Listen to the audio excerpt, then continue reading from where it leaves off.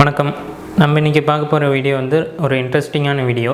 இது வந்து ஸ்டூடெண்ட்ஸ் அப்புறம் பேரண்ட்ஸுக்கு வந்து ரொம்பவுமே யூஸ்ஃபுல்லாக இருக்கும். நம்ம இன்ஜினியரிங் முடிச்சுட்டு என்னடா பண்ணலாம் அப்படின்னு திங்க் பண்ணிகிட்டு இருக்கிறவங்களுக்கு இது ரொம்பவுமே யூஸ்ஃபுல்லான வீடியோவாக இருக்கும். நம்ம இன்றைக்கி என்ன பார்க்க போகிறோன்னா AutoCAD.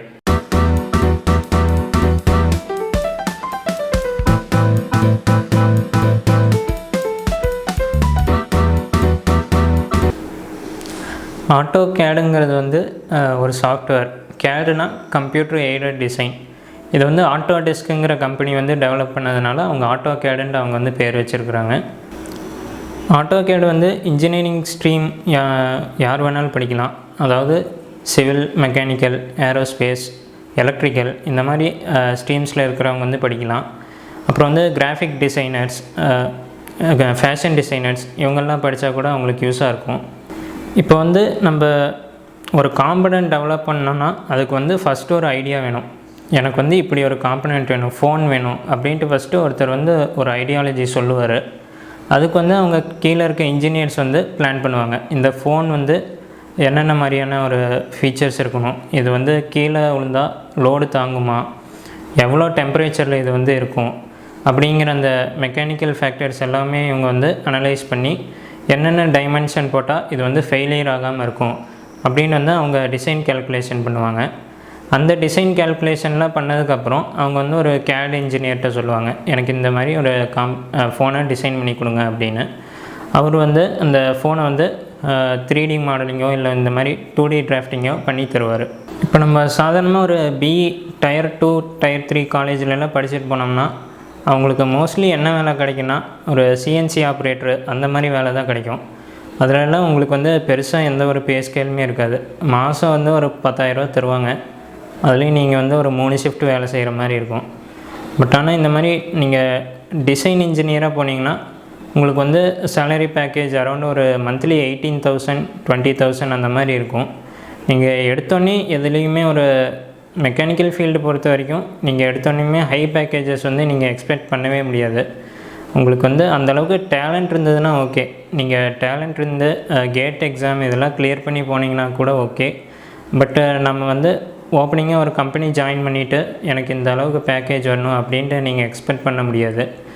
ஏன்னா வந்து நீங்கள் ஃப்ரெஷராக போகிறப்ப வந்து நீங்கள் ட்ரெயின் தான் ஆகிட்ருப்பீங்க.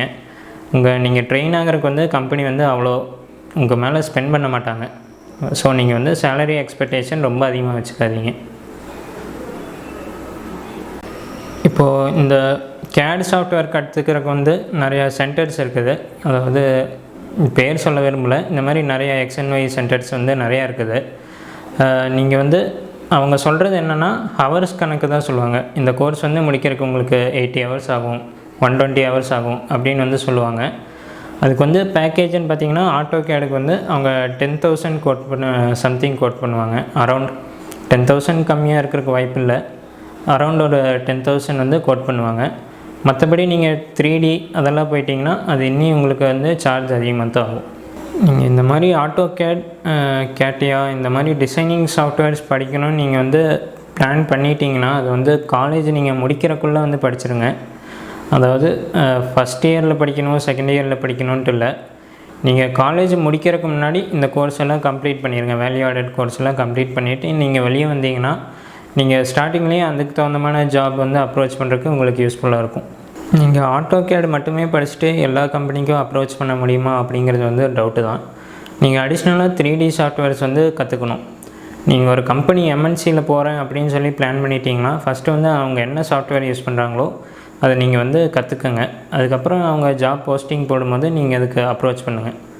இப்போ வந்து சாஃப்ட்வேர்ஸ் மட்டுமே நான் படிச்சுட்டேன், அது மட்டுமே போதும் அப்படின்னு நீங்கள் நினச்சிடக்கூடாது. நீங்கள் வந்து அதுக்கப்புறம் GD&T இந்த மாதிரியான அடிஷ்னலான சில ஸ்டெப்ஸை வந்து நீங்கள் வந்து கண்டிப்பாக தெரிஞ்சிருக்கணும். ஏன்னா அவங்க ஜாப் டிஸ்கிரிப்ஷனில் போடும்போதே இந்த மாதிரி டிசைனிங் சாஃப்ட்வேர் வந்து 1-2 போட்டிருப்பாங்க. அதுக்கப்புறம் PLM, PDM, GD&T இந்த மாதிரியான அடிஷ்னலாக கொஞ்சம் ஸ்டெப்ஸ் எல்லாம் தெரிஞ்சிருக்கணும் அவருக்கு அப்படின்னு சொல்லி அந்த டிஸ்கிரிப்ஷனில் போட்டிருப்பாங்க. ஸோ நீங்கள் வந்து அந்த ஒரு கம்பெனிக்கு போகிறீங்கன்னா அவங்க இதுக்கு முன்னாடி என்ன ஜாப் போட்டிருக்காங்க, அந்த ஜாப் டிஸ்கிரிப்ஷனில் என்னென்ன மாதிரியான குவாலிஃபிகேஷன் வந்து அவங்க கேட்டிருக்காங்க அப்படிங்கிறத ஸ்டடி பண்ணிவிட்டு அதுக்கு தகுந்த மாதிரி உங்களை ப்ரிப்பேர் பண்ணிட்டு நீங்கள் அந்த கம்பெனியை வந்து அப்ரோச் பண்ணுங்கள். இந்த வீடியோ பார்த்ததுக்கு வந்து நன்றி. நம்ம இந்த வீடியோவில் வந்து ஸ்டூடெண்ட்ஸ், அதாவது டிசைன் ஃபீல்டில் போகலான்னு நினைக்கிற ஸ்டூடெண்ட்ஸுக்கு வந்து ஒரு பேசிக் ஐடியா வந்து சொல்லியிருக்கிறோம். இந்த வீடியோ வந்து உங்களுக்கு பிடிச்சிருக்குன்னு நம்புகிறோம். இந்த மாதிரியான வீடியோஸ் உங்களுக்கு உடனுக்குடன் வர எங்கள் சேனலை சப்ஸ்கிரைப் பண்ணுங்கள். அப்படியே நோட்டிஃபிகேஷனுக்காக பெல் ஐக்கானை கிளிக் பண்ணுங்கள். நன்றி.